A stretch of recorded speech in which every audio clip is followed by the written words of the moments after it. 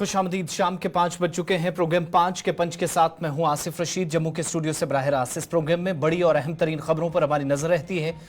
दारुल हुकूमत नई दिल्ली से मरकज के ज़ेर इंतजाम जम्मू कश्मीर और लद्दाख की ताज़ा तरीन सूरत हाल या बड़ी खबरों पर आपको न सिर्फ अपडेट देते हैं, आगाह करते हैं, बल्कि टेलीविजन स्क्रीन पर देखने के अलावा मुख्तलिफ सोशल मीडिया प्लेटफॉर्म्स पर भी आप हमारे साथ रहते हैं और तरह तरह की खबरें, तज्ज़िये और तबसरे जब आप तक पहुंचते हैं तो आपके तासुरात भी जानने की हम कोशिश करते हैं। गुलिस्तान न्यूज़ एक खुसूसी प्रोग्राम, न सिर्फ एक प्रोग्राम बल्कि मुख्तलिफ प्रोग्राम्स के जरिए आप तक खबरें तो दिन भर पहुंचाता है, लेकिन एक मौजू जिसको टच करके इसमें खास मेहमान भी प्रोग्राम में शामिल करते हैं और उनकी बात या उनके तासुरात भी हम जानने की आज कोशिश करते हैं। ठीक वैसे ही जैसे बाकी प्रोग्राम्स में आप 5 बजे डेली बेसिस पर सियासत या सलामती पर मबनी एक अहम तरीन मामले पर गुफ्तगू करते हैं। तो प्रोग्राम का आगाज जरूर हम करेंगे। अहम तरीन बात आपके सामने करनी है वज़ीर आज़म का एक बड़ा बयान उस वक्त जब मुल्क आखिरी फेज की तरफ जा रहा है लोकसभा इंतखाबात के लिए, लेकिन उससे ठीक पहले जम्मू कश्मीर के अंदर जो जम्मू कश्मीर को लेकर जो मौक़िफ़ है, जो बयानिया है, उसमें किसी भी तरीके से तब्दीली दोनों तरफ से नहीं। हिज़्ब इख्तिदार और हिज़्ब इख्तिलाफ अपनी अपनी बात कहता है। इन सब के दरमियान उन लोगों की बात भी सुनेंगे जो खास मेहमान मुख्तलिफ पार्टियों के नुमाइंदे कोशिश करेंगे कि आगे चलकर हमें ज्वाइन करें। लेकिन शुरुआत टॉप 5 के साथ 5 बड़ी खबरें जो सबसे ज्यादा सुर्खियों में हैं, और ये वो 5 खबरें हैं जो सोशल मीडिया प्लेटफॉर्म्स पर भी आप सबसे ज्यादा पसंद करते हैं। पहली बात इनकम टैक्स के हवाले से। टैक्स पेयर्स के लिए महकमा इनकम टैक्स ने टैक्स दहिंदगान से कहा है कि वो 31 मई तक पैन कार्ड को आधार कार्ड से जोड़ लें, लिंक कर लें, ताकि ज्यादा शरह पर टैक्स कटौती से बचा जा सके। जरूरत से ज्यादा उनकी टैक्स कटौती ना हो, इसका ख्याल रखा जाए। इनकम टैक्स के कवानीन के मुताबिक अगर परमानेंट अकाउंट नंबर यानी पैन कार्ड जो है बायोमेट्रिक आधार के साथ लिंक है, मुंसलिक है, तो टीडीएस को काबिले इतलाक शरहों से दुगना काटना जरूरी है। और पिछले महीने इनकम टैक्स डिपार्टमेंट ने एक सर्कुलर जारी किया था जिसमें कहा था कि टीएसटी की मुख्तसर कटौती के लिए कोई कार्रवाई नहीं की जाएगी अगर 31 मई तक अपने पैन को आधार कार्ड से कोई भी शख्स लिंक करता है तो कोई कार्रवाई नहीं होगी। अगर आप पहले ही ये काम कर लेते हैं ठीक, नहीं तो फिर ज्यादा शरह पर टैक्स कटौती से बचने के लिए शायद आपके लिए तमाम तरह के इकदाम फिर जाया भी हो सकते हैं। एक अलहदा पोस्ट में आईटी डिपार्टमेंट में रिपोर्ट करने वाले इदारों बशमूल बैंकों, इसके अलावा जो फॉरेक्स डीलर्स हैं, उनसे भी कहा है कि 31 मई तक एफएफटी फाइल कर लें, जुर्माने से बचें, बसूरत दीगर मुश्किलात का सामना होगा। ये सूरत हाल इस वक्त भारत के मुख्तलिफ रियासतों के अंदर है जहां कई तरह की शिकायतें मौसूल हो रही थी, जिसके बाद इस कार्रवाई को जो है वो अंजाम देना पड़ा। ये एक खबर उन तमाम लोगों के लिए जो टैक्स से बचना चाहते हैं। तो 31 मई से पहले पहले क्या उनको करना है वो आपको बता दिया है। 1000 तक का जुर्माना हो सकता है नॉन फाइलिंग पर, या अगर आप गलत गोशवारे दायर करते हैं तो उस पर भी जुर्माना है। ये तो एक खबर। दूसरी खबर सयाहती मकाम पहलगाम की, जहां पिछले दिनों अफसोसनाक वाक़ा पेश आया और आज सिक्योरिटी फोर्सेज ने कार्रवाई की है और कामयाबी हासिल की है। पहलगाम में सयाहों पर मिलिटेंट हमला हुआ था। इस मामले को हल कर लिया गया है। 2 हाइब्रिड मिलिटेंटों की गिरफ्तारी अमल में लाई गई है, इसका दावा पुलिस ने किया है। दिफाई तर्जुमान ने इस बात की तस्दीक की है कि पुलिस और फौज की 3 राष्ट्रीय राइफल्स और सेंट्रल रिजर्व पुलिस फोर्स यानी सीआरपीएफ पर मुश्तमिल सिक्योरिटी फोर्सेज ने हालिया पहलगाम दहशतगर्दाना हमले की कामयाबी के साथ कोशिश जो चल रही थी उसमें कामयाबी मिली और हल कर लिया। 2 हाइब्रिड मिलिटेंटों वसीम अहमद शाह वल अब्दुल गनी शाह साकिन नंबल मटन और इसके अलावा अदनान अहमद बेग वल गुलाम मोहम्मद बेग एसके कॉलोनी अनंतनाग, इन दोनों शहरियों को गिरफ्तार किया गया है। ऑपरेशन के दौरान इन मुल्जिमान से एक पिस्तौल, इसके अलावा मैगजीन, 8 राउंड्स, एक दस्ती बम, 120 एके राउंड्स भी बरामद हुए हैं। मजीद तहकीकात इस केस में चल रही हैं। और आपको याद होगा कि मई की 18 तारीख थी, शाम का वक्त था जब जयपुर राजस्थान के सयाह फराह और इसके शौहर तबरेज पर अनंतनाग के पहलगाम यनार इलाके के अंदर मिलिटेंटों ने हमला करके इनको जख्मी कर दिया था। ये दूसरी खबर आपके सामने जिसमें पुलिस ने कामयाबी का दावा किया। तीसरी खबर जम्मू सूबे के जिला रियासी में आज सुबह सलाल हाइड्रो बिजली डैम के फ्लड गेट खोल दिए गए, जिससे दरियाई चिनाब में पानी की सतह बढ़ गई और मुतलका हुकाम के मुताबिक इस सिलसिले में एक एडवाइजरी पहले ही जारी कर दी गई थी। लोगों से अपील की गई थी कि डैम के नजदीक जाने से गुरेज किया जाए, दरिया के किनारों पर ना जाए। और रियासी में सुबह 7 बजे से शाम 7 बजे तक ये सिलसिला चलता रहेगा। सलाल हाइड्रो बिजली डैम के फ्लड गेट को खोलने का मंसूबा पहले से ही कागजों में था।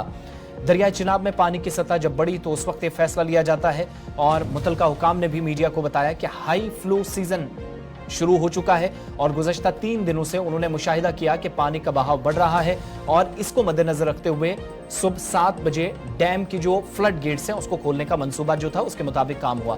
तो यूनियन टेरिटरी इंतजामिया को भी मतला किया गया और एक एडवाइजरी भी जारी हुई जिसमें आम शहरियों से डैम के किनारों के नजदीक जाने से गुरेज करने की सलाह दी गई थी ताकि जानो माल के नुकसान से बचा जा सके। इसकी तस्दीक खुद अथॉरिटीज ने की। चौथी खबर आपके सामने, जम्मू कश्मीर के अंदर रिकॉर्ड तोड़ गर्मी का जोर बराबर जारी है। इस बीच महकमा मौसमियात ने 3 जून से हीट वेव के एक और मरहले की पेशगोई कर दी है, यानी राहत की कोई खबर नहीं है। अगले 7 दिनों के दौरान गर्मी की लहर या गर्म और खुश्क मौसम में कोई राहत मुतवक्की नहीं है और वादी कश्मीर में 29 मई को मौसम मजमूई तौर पर खुश्क रहने का इम्कान है, यानी कल, लेकिन कहीं कहीं गरज चमक के साथ बालाई इलाकों में हल्की बारिशों को खारिज इम्कान करार नहीं दिया जा सकता।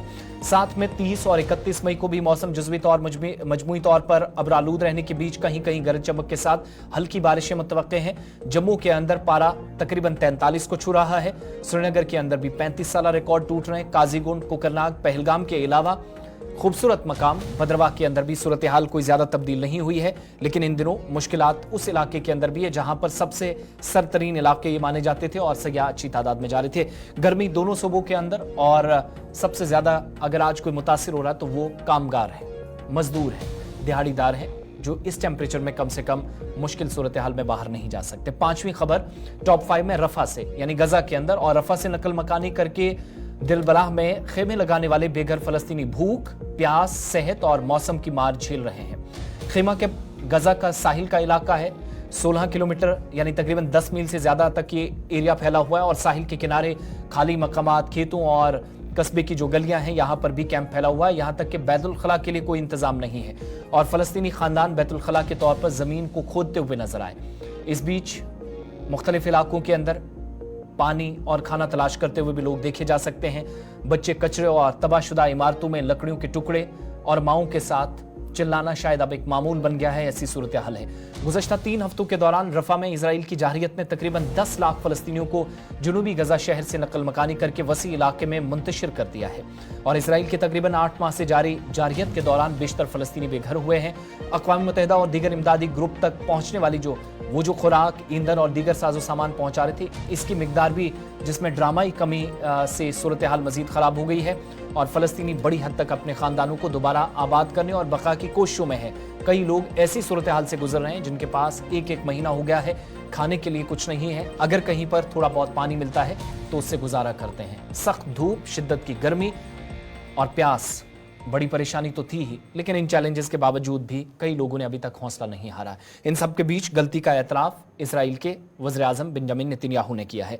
ये तो 5 खबरें जो टॉप 5 में आपके सामने। यहां से आगे बढ़ेंगे और बड़ी खबर के साथ शुरुआत और अपने मेहमानों को भी इस प्रोग्राम में शामिल करेंगे, क्योंकि वज़ीर आज़म नरेंद्र मोदी ने जम्मू कश्मीर के मुतालिक एक इंटरव्यू के दौरान आज बयान दिया और कहा कि जम्मू कश्मीर के लोगों का ना ही मुल्क का बल्कि सिर्फ 4-5 खानदानों का ये एजेंडा था जो दफा 370 बार बार कई लोगों की तरफ से राग गुनगुनाया जाता था या अलापा जाता था। 4 से 5 रिवायती खानदानों, कांग्रेस, मुफ्ती और अब्दुल्ला खानदान को हदफ तनकीद बनाते हुए कहा कि उनके लिए सबसे बड़ी इत्मीनान की बात थी कि जब तक 370 काम कर रहा था। वज़ीर आज़म के मुताबिक दफा 370 नफरत और झूठ की एक दीवार थी जिसके पीछे छुपकर कई सियासी जमातें जम्मू कश्मीर साबिक़ा रियासत के अंदर और बल्कि लद्दाख के अंदर भी लोगों को धोखा देने का काम कर रहे थे। और पिछले दिनों जो पोलिंग हुई जम्मू कश्मीर के अंदर, वज़ीर आज़म ने उस पर भी इत्मीनान का इजहार किया और कश्मीर में लोगों ने जिस तरीके से इंतखाबात में बढ़ चढ़ कर हिस्सा लिया वो बताता है कि पूरी दुनिया के अंदर इस वक्त भारतीय सरकार ने जो 5 अगस्त 2019 को फैसला लिया था उसके बाद ये पोलिंग जो आज लंबी कतारें आपको नजर आ रही थी, ये एक वाज़ेह पैगाम है। दफा 370 के हटाने से ज्यादा इत्तेहाद का एहसास वज़ीर आज़म के मुताबिक हुआ है, अपनाइयत का एहसास बढ़ गया है। नतीजा ये कि इंतखाबात और सयाहत में इजाफा नजर आ रहा है। दफा 370 सिर्फ 4-5 खानदानों का एजेंडा था, ना कि कश्मीर के लोगों का एजेंडा, ना ही मुल्क के लोगों का एजेंडा था और अपने फायदे के लिए उनके मुताबिक 370 की चंद एक लोगों ने इस दीवार को खड़ी कर दी थी जहां पर वो फायदा इसका भरपूर उठा रहे थे। उनके मुताबिक 370 हटाया जाएगा तो आग लग जाएगी, ये कहा गया और सच ये है कि 370 हटाने के बाद कश्मीरी अवाम में इत्तेहाद का जज्बा बढ़ा है और इसका सीधा नतीजा पुरअमन इंतखाबात है। और इतना ही नहीं, कहा कि कई लोगों ने धमकियां दी, लेकिन 2019 में हमने सख्त और बड़ा फैसला लेने से कब्ल कुछ सख्तियां भी की, इंटरनेट बंद करना पड़ा, सारी चीजें हुई और वज़ीर आज़म के मुताबिक कश्मीर के लोगों ने G20 सरबराही इजलास से मुतल्लिक तकरीबात के दौरान भी मंदुबीन का जिस गर्मजोशी से खैर मकदम किया पुरतपाक इस्तकबाल हुआ, बताता है कि सूरत हाल मुकम्मल तौर पर तब्दील हो गई है।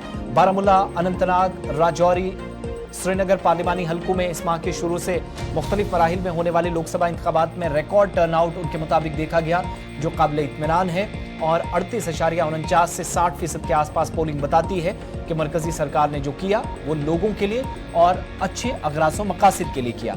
वज़ीर आज़म ने जो कुछ कहा वो बात आपके सामने सबसे पहले रखेंगे। दिल्ली के अंदर एक तकरीब, तो आमतौर पर तकरीबात से खिताब करते हैं, लेकिन वज़ीर आज़म ने नई दिल्ली में खबरसां इदारे TNI के साथ एक इंटरव्यू के दौरान जम्मू कश्मीर पर पूछे गए सवाल का जब जवाब दिया तो इन ख्यालात का वो इजहार कर रहे थे। ये सिर्फ एक 5-4 परिवारों का ही एजेंडा था जी। ये न कश्मीर की जनता का एजेंडा था, न देश के लोगों का एजेंडा था। ये अपने फायदे के लिए ये 370 की ऐसी एक दीवार बना के बैठे थे ताकि कोई झोंक न पाए, और कहते थे 370 हटेगी तो आग लग जाएगी। वो कहते थे 370 हटेगी तो कश्मीर चला जाएगा। आज ये सत्य हो गया कि 370 हटने के बाद ज़्यादा एकता की अनुभूति हो रही है, कश्मीर के लोगों का अपनापन ज़्यादा बढ़ रहा है, और इसलिए इसका सीधा परिणाम चुनावों में भी दिखाई देता है, टूरिज्म में दिखाई दे रहा है। G20 समिट वहाँ होती है, बड़े शान से कश्मीर ने उनका स्वागत किया पूरी दुनिया का, और इसलिए ये कैसे झूठी दीवारें खड़ी कर करके देश को टुकड़ों में देखा गया, इसका ये उदाहरण है, और उसको मैंने ध्वस्त किया है। पहले तो मैं चाहूँगा कि कश्मीर की जो स्थिति बदली है उसके संदर्भ में सबसे तो पहले मैं मेरे देश के न्याय तंत्र को प्रार्थना करना चाहता हूँ कि अगर सरकार किसी काम को करने के लिए उसका एक डिजाइन होती है, उसकी एक स्ट्रेटेजी होती है, ऐसी समस्याओं के समाधान के लिए उस स्ट्रेटेजी के तहत काम करना होता था। अब उसके लिए कभी मुझे इंटरनेट बंद करना पड़ा, कोई NGO कोर्ट चला गया और वो बड़ा कोर्ट के अंदर बड़ा इशू बन गया। आज समझिए कि भले मैंने कुछ समय के लिए इंटरनेट बंद किया था, लेकिन आज बड़े गर्व के साथ वहाँ के बच्चे कहते हैं कि 5 साल से इंटरनेट बंद नहीं हुआ है, 5 साल से हमें सब सुविधाएं मिल रही है। कुछ दिन तकलीफ हुई, लेकिन अच्छे काम के लिए हुई थी। अब वो अदालत के अंदर जब विवादों में चढ़ जाता है तब चीज़ें गड़बड़ा जाती है। तो ऐसे जो NGO हैं जिन्होंने अदालतों के भरोसे लड़ाई लड़ना शुरू किया है, एक तो देश को उनसे बचाना बहुत ज़रूरी है। दूसरा, वहाँ का सामान्य मानवी जब मतदान करता है ना, तब वो सिर्फ किसी को जिताता ऐसा नहीं है जी। मतदान करता है मतलब भारत के संविधान को गले लगाता है। मतदान करता है तब भारत की सरकार बनाने में वो गर्व के साथ भागीदारी करता है। मतदान करता है मतलब कि भारत के सार्वभौमत्व के प्रति अपना समर्पण व्यक्त करता है। दूसरा, उनको विश्वास हुआ कि ये सरकार ऐसी है कि जहां फेयरनेस है, हम भरोसा कर सकते हैं कि ये सही होगा। और जब उसको ये विश्वास हो जाता है कि ये कोई हेरा फेरी नहीं हो रही है, तो वो पक्का वोट करने के लिए उत्साह से आता है। और उसका परिणाम है कि आज मतदान यानी 40-40 साल के रिकॉर्ड टूट चुके हैं। मेरे लिए बहुत सबसे बड़ी संतोष की बात है कि मेरे कश्मीर के मेरे भाई बहन, मेरे परिवारजन उमंग और उत्साह के साथ मतदान के लिए आगे आए। उन्होंने मतदान करके दुनिया को एक मैसेज दे दिया है। जो लोग आशंकाएं करते थे उनको एक मैसेज दे दिया। चलिए, वज़ीर आज़म नरेंद्र मोदी, जिनको आपने सुना, दिल्ली के अंदर एक इंटरव्यू दे रहे थे जिस दौरान 370 जम्मू कश्मीर के अंदर मौजूदा वक्त में होने वाले इंतखाबात और दीगर मामलात पर, और इशारा इस बात की तरफ भी था कि जम्मू कश्मीर के अंदर सियासी या सलामती सूरत हाल बहुत हद तक बेहतर हुई है, उसका नतीजा ये दिखाने की कोशिश भी हो रही थी। पहला रिएक्शन जरा इकबाल त्रंबू साहब से लेते हैं, जो तर्जुमान हैं पीपल्स डेमोक्रेटिक पार्टी के, इस वक्त वादी कश्मीर से हमें ज्वाइन किए। बहुत शुक्रिया और खुशामदीद इकबाल साहब आपका भी, और साहिल बशीर साहब भारतीय जनता पार्टी के तर्जुमान, आपका भी बहुत बहुत शुक्रिया प्रोग्राम में ज्वाइन करने के लिए। इकबाल साहब, वज़ीर आज़म को आपने सुना, आप जो कुछ कह रहे थे बातें इसके जरा बरक्स हैं जो वज़ीर आज़म ने कही कि मुकम्मल तौर पर चीजें या क्रेडिट देने की जब बात आती है तो क्यों ना मरकजी सरकार को दिया जाए। इंतखाबात पहले भी होते थे लेकिन वोटिंग टर्नआउट वही 5, 6, 8%। आज जब 60% अवाम बाहर निकल रही है तो फिर जो सही है वो दिखाना चाहिए बकौल वज़ीर आज़म। हाँ, देखिए आसिफ साहब, मैंने पहले भी इस बात का एतराफ किया, आपके चैनल पे भी मैंने बोला कि इन 30-35 सालों में जिनमें वोटिंग बहुत कम होती थी, इनमें एक ही बहुत बड़ा वाक़ा हुआ है और वो वाक़ा हुआ है एब्रोगेशन ऑफ आर्टिकल 370।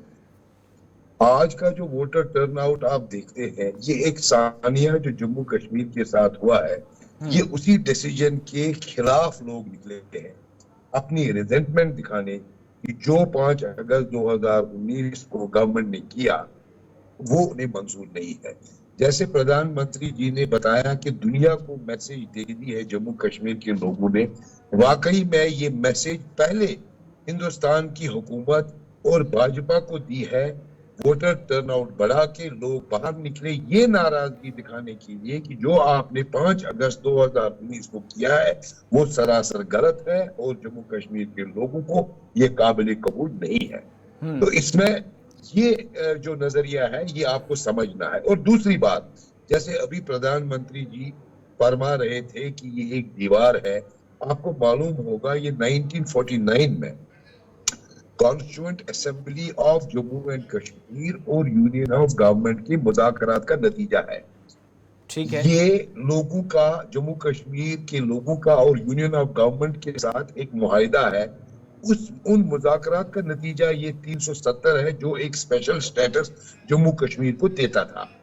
और इस बार ये स्पेशल स्टेटस को ऑल्टर किया है बीजेपी गवर्नमेंट ने या यूनियन ऑफ इंडिया ने without consulting Jammu and Kashmir. ये आपको समझना होगा, एक तरफा फैसला किया है, एक मानिए आप एक जबरन एक फैसला किया है, एक फैसला जम्मू कश्मीर की आवाम पर थोपा गया है जिसके नतीजे में आज लोग निकले हैं अपनी रिजेंटमेंट दिखाने। ठीक है, मैं जरा साहिल साहब से भी एक सवाल कर लूं और वज़ीर आज़म की भी साथ साथ तस्वीरें दिखाइएगा। इस इंटरव्यू के दौरान दो बड़ी बातें 370 उनके मुताबिक साहिल साहब कि अब माजी की बात थी, अब इस पर ज्यादा बात ना की जाए, लेकिन जब व्यवस्था करने की बात आती है, जब इकदामात उठाने की बारी आती है तब सख्त इकदामात भी हमने उठाए। ये जो मुख्तलिफ सियासी जमातों का एक मौक़िफ़ है कि लोग जितने ज्यादा बाहर आए, ये तमाम की तमाम नाराजगी आपके खिलाफ थी जो 5 अगस्त 2019 को हुआ। भारतीय जनता पार्टी इस बयान पर न सिर्फ आज बल्कि साथ साथ जब वज़ीर आज़म भी कह रहे हैं तो किसी भी तरीके से इस सारी सूरत हाल पर कोई नफरत या झूठ की दीवार पर मबनी थी। ये सारे बयान जब आते हैं, बीजेपी का मौकिफ जो था वो इतना मजबूत या सख्त था, उसके बावजूद भी सियासी मैदान से दूर। वज़ीर आज़म तो सियासत की बात भी खुलकर कह रहे थे। क्या इस पर बयान पर आप रद्दमल जाहिर करेंगे? और दूसरी तरफ जो इकबाल साहब कह रहे थे। जी बिल्कुल, देखिए जो अभी इकबाल साहब कह रहे थे, completely disagree with the statement जो उन्होंने दिया है।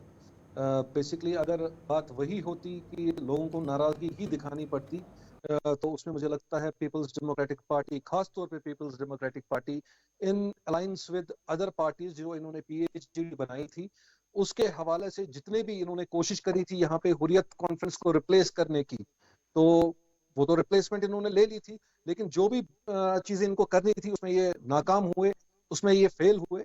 और मैं तारिक साहब को, इकबाल साहब को सॉरी, इनको एक इनकी सुप्रीमो मैडम महबूबा मुफ्ती जी का स्टेटमेंट कोट करके इनको याद दिला दूं, जो उन्होंने कहा था कि जब तक कि यहाँ पर आर्टिकल 370 और हमारे जो है स्टेट का झंडा वापस नहीं आएगा, मैं किसी भी डेमोक्रेटिक प्रोसेस में हिस्सा नहीं लूंगी, किसी भी इलेक्शन प्रोसेस में हिस्सा नहीं लूंगी।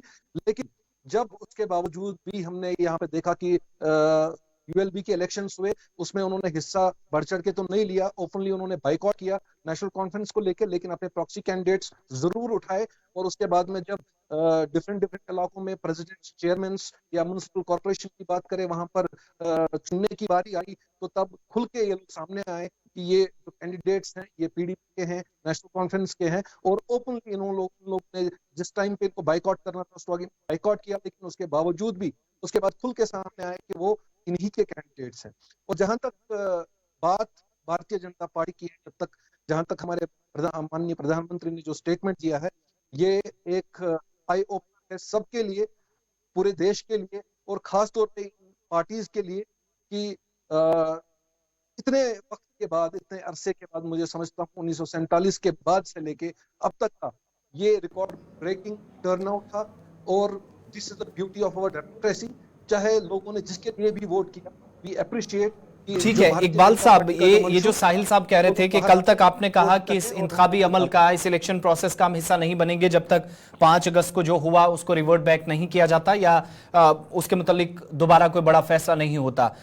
अवाम का, लोगों का, आप ये कह सकते हैं कि जब उनके तासुरात थोड़े से बदले या लोगों ने बाहर निकलना शुरू किया, तो उस दौरान क्या आपको ऐसा महसूस हुआ अचानक से कि दोबारा पार्टी सदर समेत नायब सदर तमाम लोग दोबारा से पॉलिटिकल ग्राउंड पर आ जाते हैं, जो कल तक कह रहे थे कि वी विल बाइकॉट जब तक ये चीजें वापस हमें नहीं मिलती है, जिसका आज भी आप जिक्र कर रहे हैं? तो क्या मैं ये मानूं कि आप जो वज़ीर आज़म कह रहे हैं उन बातों को एंडोर्स पीडीपी कर रही है ऑफिशियली?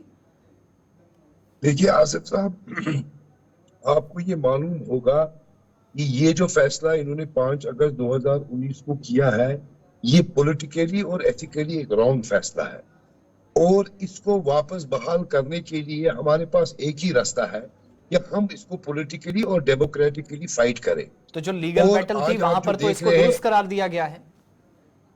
जी, आज जो आप देख रहे हैं कि एक बहुत बड़ा गठबंधन जो है इंडिया अलायंस के नाम पर दिल्ली में है, क्योंकि इस गवर्नमेंट ने जो भी पॉलिसीज और जो भी फैसले इन 5 सालों में जम्मू कश्मीर के लिए किए हैं, ये मेरे जो फाजिल दोस्त है बीजेपी की, ये तो वही बात कहते हैं जो हमारे प्रधानमंत्री या बीजेपी स्पोक्स पर्सन जो है वो ये कहते हैं, लेकिन ये नहीं समझते कि इस एब्रोगेशन का फायदा बीजेपी को इस रियासत से बाहर मिला है।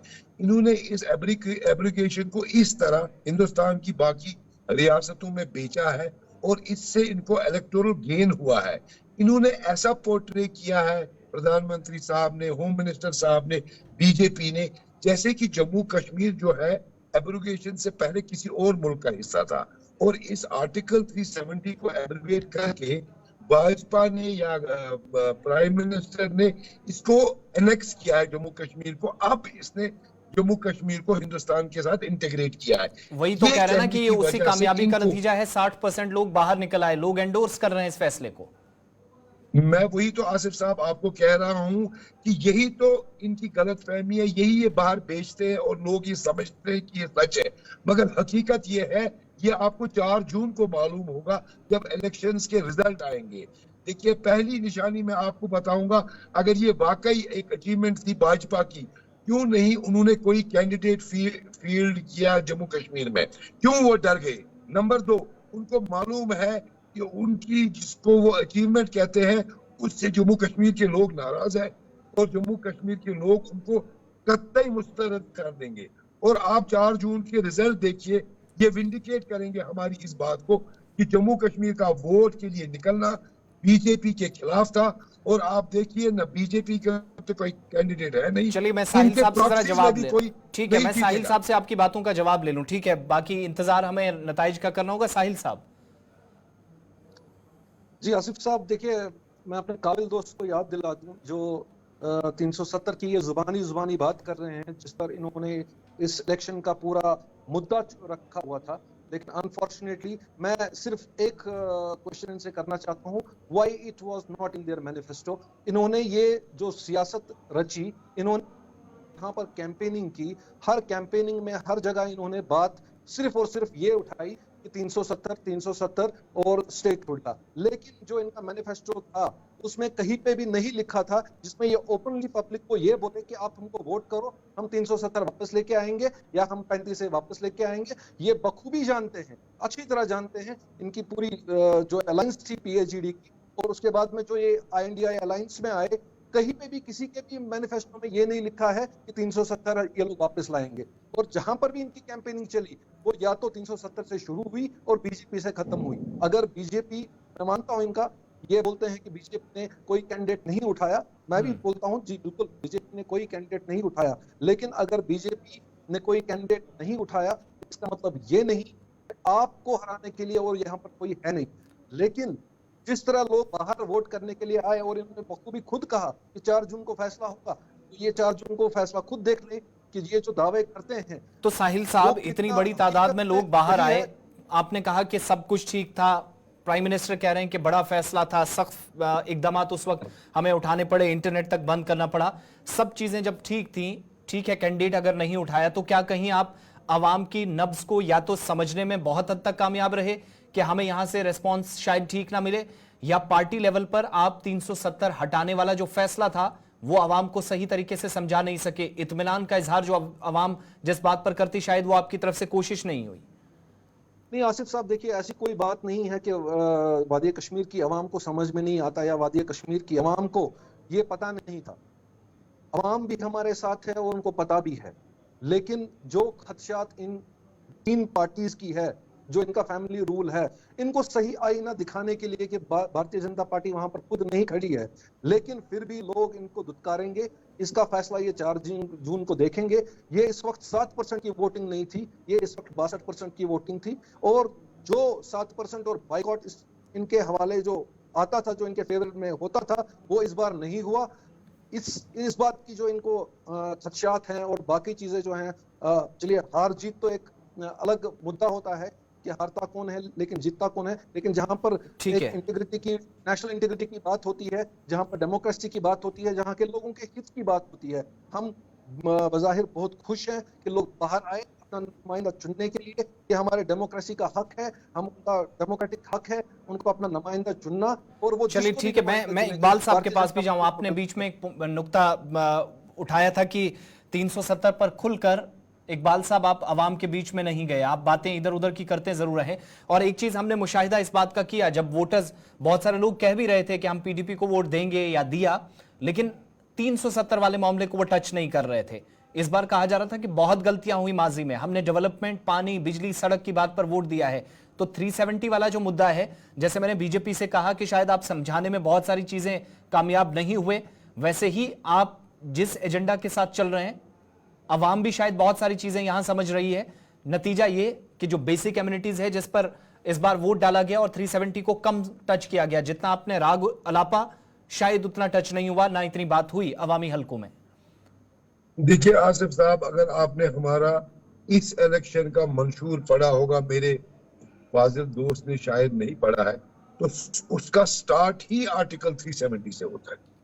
तो हमारा ये 370 वापस लाने का इसमें कोई जिक्र नहीं है, और हमारा ये मौक़िफ़ है, और हमारा ये उसमें हमारा ये 370 वापस लाने का कोई ये आपने नहीं रखा है। हमारा ये मौक़िफ़ है और हमारा ये मंशूर ही है कि 370 को हमने वापस लाना है।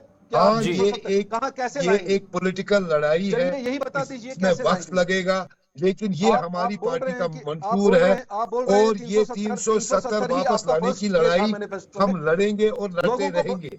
रहा सवाल आप 370 आप इन्हीं को पहले बात करने दीजिए आसिफ साहब, इनको कंप्लीट करने दीजिए, मैं बाद में बताऊंगा, क्योंकि मैंने अक्सर देखा है ये सही जवाब देते नहीं है, ये सिर्फ इंटरप्ट करते हैं। आप इनसे ही बात करिए। ठीक है, साहिल साहब को जरा सवाल करने दीजिएगा फिर से। साहिल साहब सवाल कर लीजिए, फिर इकबाल साहब से मैं जवाब लूंगा। इकबाल साहब बोल रहे हैं कि हमारे मैनिफेस्टो में फर्स्ट सीरियल नंबर 1 पे यही चीज था कि हम आर्टिकल 370 वापस लाएंगे, पहले तो था नहीं। दूसरा, चलिए मैं अगर इनकी बात मानता हूं, आप बताइए लाएंगे कैसे? लोगों को तो बताएंगे ना कि कैसे लाएंगे। सुप्रीम कोर्ट ने अपना फैसला सुना दिया, पार्लियामेंट ने अपना फैसला सुना दिया, तो इनके पास कौन सा तरीका है, ये किस तरीके से वापस लाएंगे? इकबाल साहब क्या ऑप्शंस बचते हैं? Come clear to people of Jammu and Kashmir. ठीक है इकबाल साहब, अब क्या ऑप्शंस बचते हैं? देखिए आसिफ साहब, as I already told you, ये एक पॉलिटिकल लड़ाई है। आपको मालूम है कि बीजेपी के मंशूर में एब्रोगेशन जो था 70 सालों से था। अगर बीजेपी के लोग अपने पार्टी से पूछते आज से 50 साल पहले कि आप इसको कैसे हटाएंगे, तो क्या जवाब होता बीजेपी के पास? इसी तरह ये एक पॉलिटिकल लड़ाई है, इसमें तो टाइम सुप्रीम कोर्ट में जाना तरम्बू साहब गलत फैसला था आपका और नेशनल कॉन्फ्रेंस का? इसको एब्रोगेट किया है पार्लियामेंट ने, और हमें उम्मीद है कि पार्लियामेंट में सेनर वॉइसेस आएंगी, आज नहीं ठीक है। पार्लियामेंट से अगर हटाया गया, जब वापसी की भी तवक्को आप वहीं से कर रहे हैं, सुप्रीम कोर्ट में क्यों गए तरम्बू साहब? वो गलती थी? देखिए, सुप्रीम कोर्ट में कोई गलती नहीं थी। हर दरवाजा एज ए पॉलिटिकल पार्टी हमको खटखटाना है, और हमको अपनी लड़ाई के लिए हर उस दरवाजे पर जाना है जहां से हमें ये उम्मीद हो सकती है कि हमारा जो मंशूर है वो पूरा हो सकता है। ये कोई गलती नहीं है सुप्रीम कोर्ट जाना। सुप्रीम कोर्ट में उन्होंने डिसीजन दे दिया है। It still is a political fight. हम इस पर लड़ेंगे, हम इस पर काम करेंगे। हाँ, थोड़ा वक्त लगेगा, लेकिन हम वादा बंद है अपने लोगों के साथ, जम्मू कश्मीर की आवाम के साथ। हम इसकी बहाली के लिए जद्दोजहद करेंगे और लड़ेंगे। ठीक है, साहिल बशीर साहब तर्जुमान भारतीय जनता पार्टी से हमारे साथ थे, और इसके अलावा इकबाल त्रंबू साहब जो तर्जुमान पीपल्स डेमोक्रेटिक पार्टी से वादी कश्मीर से हमारे साथ थे। बहुत बहुत शुक्रिया आप दोनों का इस प्रोग्राम में हमारे साथ देने के लिए, और अपना कीमती वक्त दिया। अपने तासुरात वज़ीर आज़म के बयान के बाद आपने जो है वो पेश किए हैं। अब 1 जून का भी इंतजार कीजिएगा, जिस दिन एग्जिट पोल, जैसे ही चुनावी सरगर्मियां खत्म होंगी, पोलिंग खत्म 6 बजे ऑफिशियली होगी, और उसके बाद गुलिस्तान न्यूज पर भी एग्जिट पोल, और खासतौर से जम्मू कश्मीर की 5 और लद्दाख की 1 सीटों पर जो आप लोगों ने वोट किया है, जो आपने पोल किया है, उस पोल का भी नतीजा कि एग्जिट पोल क्या कुछ कहता है। वहां बहुत सारी चीजें ओपन होंगी। साथ साथ आपके ओपिनियन, आपके कमेंट्स, आपकी आरा को भी जानने की कोशिश करेंगे। इसके अलावा गुलिस्तान न्यूज पर 4 जून का भी इंतजार कीजिएगा, जब पूरे मुल्क के अंदर 542-43 सीटें किसके फेवर में जाएंगी, कौन किस पर भारी। ये जो बयानात आज आ रहे हैं, ये कितने सही कितने गलत थे। जब ईवीएम्स खुलेंगी तो कई लोगों की सियासी किस्मत का फैसला होगा, और कई लोग जो हैं वो दायरे से बाहर भी जा सकते हैं। वक्त छोटे से ब्रेक का है, ब्रेक के उस पार एक और प्रोग्राम।